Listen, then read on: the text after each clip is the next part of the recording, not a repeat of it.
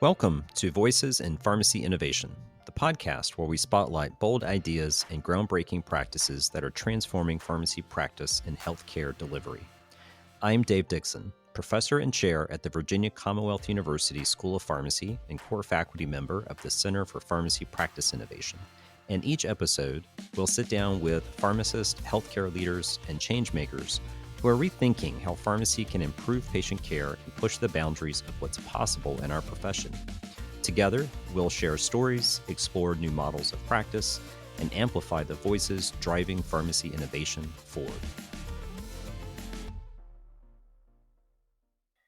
Today, we're joined by Dr. Sheila Stadler, clinical pharmacy specialist, the Clinical Pharmacy Cardiac Risk Service at Kaiser Permanente of Colorado, and clinical assistant professor at the University of Colorado Skaggs School of Pharmacy and Pharmaceutical Sciences. Dr. Stadler has over 20 years of experience within an integrated healthcare delivery system, focusing on cardiovascular risk reduction. Kaiser Permanente has really been a leader in developing clinical pharmacy services to address uncontrolled cardiovascular risk factors, and today we'll explore how she and her team are making a difference. February is American Heart Month, a time to raise awareness of cardiovascular disease, the leading cause of death in both the United States and globally. Pharmacists are uniquely positioned to make a meaningful impact on the management of major cardiovascular risk factors, including hypertension and dyslipidemia, making Dr. Stadler's appearance on the podcast particularly timely. Welcome, Dr. Stadler.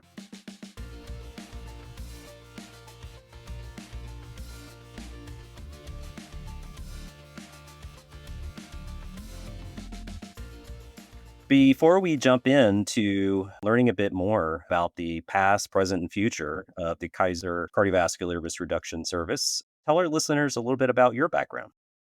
Thank you so much, Dr. Dixon. I'm really honored to be a guest on this podcast, especially to talk about cardiovascular disease during Heart Month.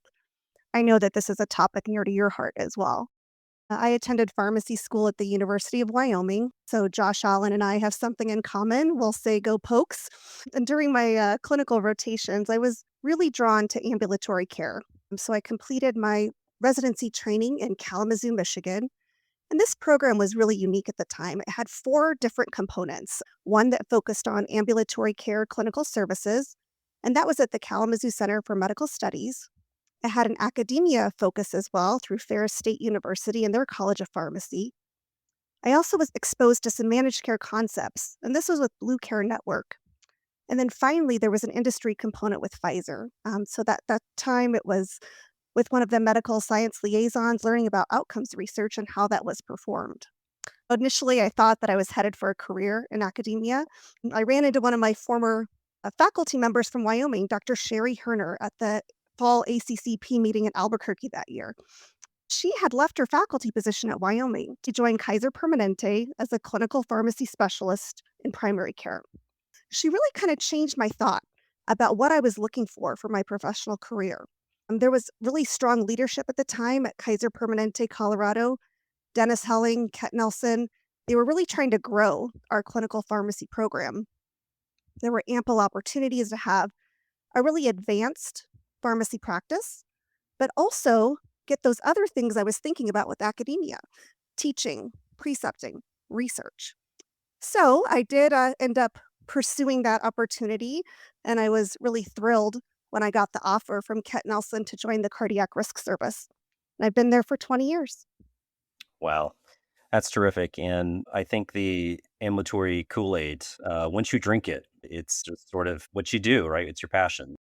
So I think that's a good segue. And again, what we really want to get at today is learning a bit more about Kaiser's cardiovascular risk reduction service. I can remember years ago really being inspired by some of the work that you all published, kind of highlighting the impact really well before these types of pharmacist-led interventions were really being adopted by health systems and health entities outside of an integrated health system, such as Kaiser Permanente or in the Veterans Affairs system. So tell us a little bit about how Kaiser's program came to be. Yeah, absolutely. Really, it's around quality measures, Dave. So thinking back in 1998 is when there was a pilot. At that time, there was a quality measure for patients that had a coronary event post MI, and it was really about measuring cholesterol, so getting a measurement in the year, and then also for LDL goal control or goal attainment. And as an organization, Kaiser Colorado back in 1998, we were not doing well at all. I think our baseline screening rate, so just checking the cholesterol in the year after that coronary event, we were only at like 55%, right? So I mean, pretty abysmal thinking about that. You can't treat what you don't know. So I think that that's really interesting. So a pilot was initiated with clinical pharmacy. It included about 1,700 patients in just 18 months because I think pharmacists are so systematic and process driven and detail oriented. They were able to track those patients, send reminders, get them in for their blood work, and then once they were in, also treat them to target. But our screening rate improved to over 97% within 18 months, 55% to 97%. So just amazing, and showing that we were leading the nation in that quality measure by 2001, and it just kind of snowballed. You and I both know lipid management is just one piece of Right. cardiovascular risk factor management. So over time, this clinical pharmacy cardiac risk service, we have our collaborative drug therapy management agreement or CDTM agreement. It expanded to include hypertension, smoking cessation, diabetes management. So it's been a process nearing on 30 years, really. It's been a telepharmacy model since its inception, which is I think is a little bit different. I think now post-pandemic, a lot of people are very comfortable with that, but we've been doing that kind of the whole time. I heard you mention some of our initial publications, Dave, and it's true. Yeah, Carrie Olson was our lead author Yeah. on our initial outcomes paper that was published back in 2007 in pharmacotherapy, and it demonstrated a 89% reduction in all-cause mortality. So that was huge, right? Showing that. Yeah. And then, of course, tying the dollars is so important. So we followed that up with an economic analysis in 2009, showing a reduction in total healthcare expenditures. So again, trying to speak the language to what some organizations need. So I think that that's kind of some of that background on the history of the cardiac risk service for you. Yeah, that's awesome. And we will definitely include links to those publications in the show notes so listeners can check those out. And it's hard to believe that that was 20 years ago. I know. I 20 years ago agree. to me seems like the 90s, but it is not. And it's funny you mentioned just making sure that patients get their LDL checked, which even today in 2026 continues to be a struggle for some practices and in some areas. Given some of the misinterpretation of the 2013 cholesterol guidelines, that seems to kind of perpetuate. So I imagine that Yes. that's still something that you all are continuing to work on and make sure that the LDL is checked because you can't manage something that you don't measure. Exactly. Exactly. So thinking about transitioning to what the cardiovascular risk reduction service looks like today, maybe give us a sense of what does it look like in practice today in 2026? So I think that's a great question, thinking about the changes that we've had over the years. We always want to try to touch more people. And so I think that there's a few things that we've really done. I think leveraging technology has been key, as well as other staff members, including pharmacy technicians. I think those have been some big changes that we have adapted over the years. With technology, I think that's anytime you're trying to manage a large population, that's a key component. And so you have to have those resources available. I am fortunate, as you mentioned earlier, to work in an integrated delivery system. So our data is plentiful. That's definitely a bonus to working at Kaiser Permanente. And I think it's important to work with informatics to build accurate and reliable disease registries and reports Mhm. so you can take action, right? So initially, we were enrolling patients that had a hard coronary event. So it was post MI, after coronary revascularization with PCI or CABG. Over time, we've been trying to get our fingers on other parts of that ASCVD population. So, non cardioembolic ischemic stroke, peripheral arterial disease, as well as other high risk patients, perhaps patients with elevated coronary artery calcium scores, for instance. Again, data and technology is really helpful to identify that population so you can go after them and help them. So I think that initial disease registry is really important. The other piece is like a some sort of program tracker where you Uh, can document when the patient was enrolled in your service, kind of mark the clock, okay, we're under our control now, and then you can track your outcomes, right? So that's important for publishing research or for justifying your services or trying to right. hire more people. So I think that those are really key pieces there with that technology. Um, I think it's also helpful, at that. So we talked about population level, but also that technology for the individual pharmacist is really important because today I'm able to, I have a panel of patients assigned to me. I can generate a report for a risk factor that I want to look at. So perhaps I want a list of my patients that their last blood pressure was above 130 over 80. Hmm. I can generate that report. I could start by sending them a message through, our secure messaging system with a questionnaire. They could respond with their most recent home blood pressure reading. If they're not checking at home or they don't have a monitor, I could offer enrollment. We actually have a remote blood pressure monitoring program at Kaiser where there's a Bluetooth enabled blood pressure monitor we can mail to their house, make sure they understand correct technique, all these important things. Wow. They could Yeah. upload their readings. I could track that way. If they're not into technology, which some people aren't, I could make sure that we plug them in to get a no copayment nurse visit blood pressure check in the clinic. So we can still make sure we're following up, trying to meet patients where they are to get their risk factors controlled. So I think that that's one example of how we can use kind of technology from a population level and then drilling down to the individual patient in front of you on what do they need and how can I help assist, getting them to goal. Yeah, that's Yeah, phenomenal. I really like the systematic approach that you all take because there is just simply not enough frontline clinicians, seeing patients in clinic or waiting for those patients to come to clinic in order to receive care. And you're really focusing on the patients who need the help the most, right? And right.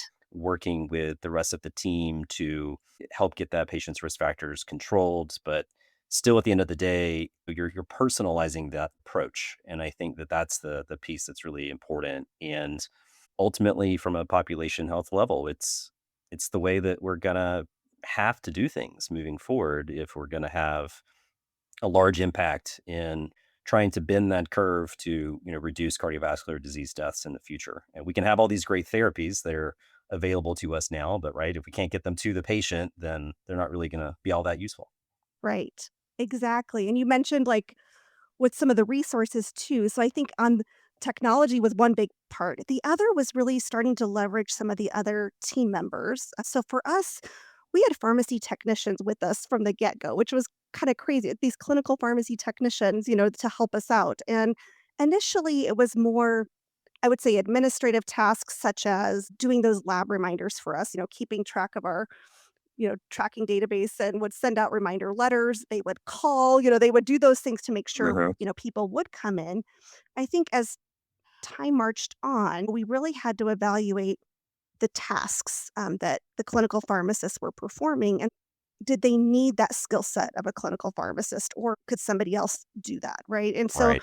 one of those things was like normal labs, like they're at goal or normal, Mhm. do I really need to do that? Do I need to call the patient? Or is that something that could be offloaded to a technician or somebody else to complete that? So again, part of it was doing that evaluation on who needs to be doing the work, as well, just so we can make sure that, when that work is offloaded, then that would allow us to have more time to focus on the patients, touching more patients that need those meaningful clinical intervention from a clinical pharmacist, to get that touch. Yeah, I think that's a great point. That quality assurance piece, right? And making sure that we're not just doing the same thing, expecting that it's going to work forever. Because as we know, things change. There's new technology. There's new opportunities to bring in other team members. So I think that's really great that you've integrated pharmacy technicians in what you all do. So we've talked a lot about the service, past, present. We've talked about a lot of the success, but what lessons have you learned from the challenges? I'm sure that there have been some challenges along the way or barriers that you all have had to overcome. So if you could share maybe one or two of those and how you overcame them. Yeah. change is hard. I'll admit, I think that, change is hard, especially when you've been doing something like this for over 20 years. And so I personally, at the beginning, I had a little bit of, concern with letting go of things and Mhm. not having my fingers on every patient that was in my panel and having that total control. It made me sad. Like if I'd been working with the patient so hard over the years and we finally got to goal that I wasn't the one to call and say we did it. So I think some of those it made me a little bit sad. But I will say on the flip side, I have a lot of fulfillment in knowing all of the things in my in basket today. So whether it's lab results or a consult on a complex lipid patient or referral from a cardiologist, following up on somebody's continuous glucose monitor, like everything I'm doing really does take more of that complex level thinking and critical thinking. And I get a lot of fulfillment out of that, knowing that I'm working to my highest scope. I'm doing everything I can, to help our patients, and I'm bringing value to the Right. system. Another challenge is we're doing something now called repatriation. So when a patient's risk factors are well controlled. So I mean, their lipids are optimal, their blood pressure is great, their A1C is controlled, they're not smoking, they're on all of the right evidence-based medications we want them to be on. We do what's called repatriation. So we kind Mm. of give them back gently, to Right. their primary care doctor saying, "Okay, they're tuned up, they're good to go, but let me know." So but life happens, right? So and we all know that these are chronic long-term diseases, and Mhm. just because they look perfect today, they may not be in 3 months. So then, 3 to 6 months, something falls off, their A1C goes up, whatever, they can be referred back to us. But there is a little bit of that churn, I guess. And so I think that's a challenge, as well. But in those months they were tuned up, I was able to work with how many other people to get them on the right track. So I think it's trying to find that balance of what's the right length of touch, or again, trying to use technology to notify us if a lab is elevated so we can get them back quickly. Sure. So I think those are all just some challenges, and again, back to the point of trying to touch as many people as we can to get them to their targets using resources, efficiently or effectively. Yeah. So let's zoom out a little bit, as it's important for us on this podcast that our listeners take away some actionable steps. So, if others wanted to replicate your work, what would they need to know? Or what do you think would be aspects of the cardiovascular risk reduction service that would be easier to replicate, outside of an integrated healthcare system? Yeah, that's great. I think John Rasmussen was my very first manager at Kaiser, and he would always say the secret sauce for the cardiac risk service was people, process, and technology. Mm, And so if you kind of break those down, I think that for the people, that collaborative climate in your institution, is key. And so having a physician champion, getting buy-in from your key stakeholders, whether it's, through the cardiologist, primary care, nurses, registered dietitians, informatics, you have to have that team around mhm, you, the people. I think for the processes, again, we talked about some of the things that we need, that evidence-based treatment plans, and clinical pharmacists are great at developing these. If you have your a collaborative drug therapy management agreement or a sure, CPA, whatever you have on your state or institution, making sure your processes are clear, defined on what you are going to do to get these people to target. And then that technology piece. So you have your registry built, you can track your outcomes, your interventions. All of those things I think are going to feed back, because really you're going to need to talk the language of whoever is mhm, hiring you or paying you to do this, right? And so, I think for the health system, they care about quality measures, right? And we kind of mhm, talked about this absolutely. earlier. That was our initiation back in 1998. Well, it's still very powerful today. For Kaiser Permanente Colorado, our recent STARS rating that were released in October for Medicare for Kaiser Colorado, we were at 4.5 stars as an organization, which is fantastic.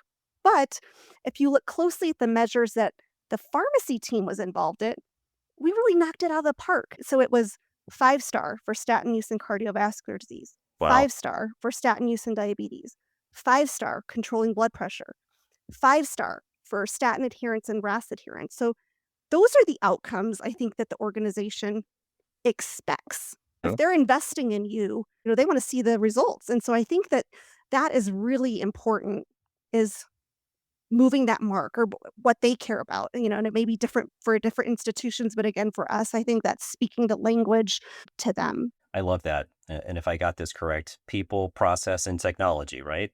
Correct, Yeah, I yes. I I really that is a fantastic summary, and Yeah. I couldn't agree more.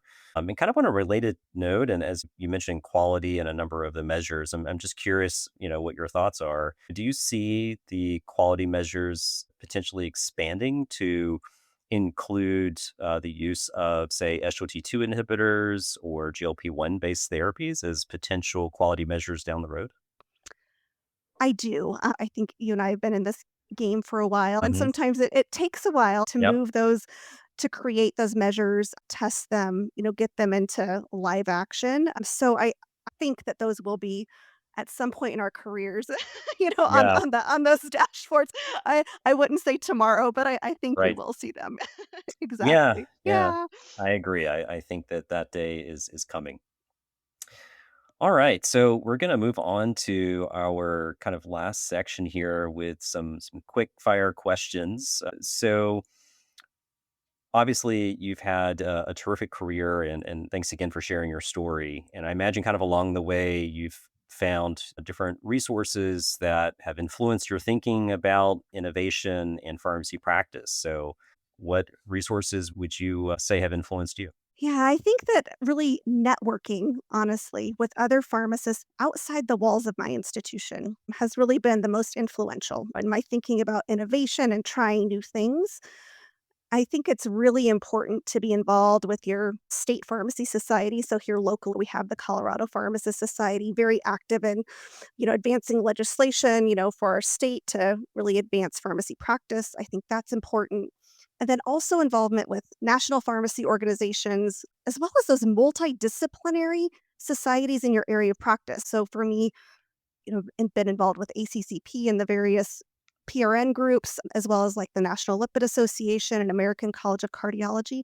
All of those get your brain thinking, especially when you're able to attend an in person meeting. It's those discussions before and after sessions. What are you doing at Uh-huh. your institution? I think that's where you really learn from each other and can make those connections, I No, guess. I But think it's great. I Other think people, that's really right? other people, Yeah. and then now I'm gonna add your podcast because now I can learn about innovation in pharmacy Yeah, yeah, throughout the yeah. year from other people too. So Yep. this will be a great resource too. Awesome. What's one small change pharmacists could make today that would have a big impact tomorrow to help those at high risk for cardiovascular disease? I feel like I might know what you're going to say here, but go ahead. Oh boy. Yeah, this is a good one. I think for me, it's actually putting a stop to clinical inertia. Yes. So I think it's tough, right? Today, in our society, a patient comes in to see their primary care physician for an acute issue or competing priorities, in that limited time frame that they have, the 20 minutes or whatever, they may not be able to address all of those risk factors. And so again, I think having that team based approach where you can leverage your clinical pharmacist or other members of the health team to make sure that we are moving on these marks, make sure that we have collaborative practice agreements in place, whatever we need to do to move that blood pressure, move those lipids to get to target. I think that's something that we can do as a profession to really help advance care for our patients. Couldn't agree more, and that's exactly what I was thinking. It is just so critical and such an important role for pharmacists. We are very good at following protocols, understanding the guidelines, but more importantly, understanding the medications, how to use them. And I think a lot of that inertia, especially as there's so much new going on in cardiology and cardio kidney metabolic disease and all of the therapies coming to market, I think for a lot of providers, it can be overwhelming. And so it just creates a great opportunity for pharmacy. So, what advice would you give students or early career pharmacists who want to work in your field? Boy, I can honestly say, and you said this earlier, when you get drawn to ambulatory care, you fall in love. And I will say that working in cardiovascular risk reduction has been so rewarding. You're able to build trust and relationships with patients, to work towards those surrogate goals, right? We know these markers on if I can get their LDL to a certain level, if I can keep their blood pressure controlled, if I can control their blood sugar.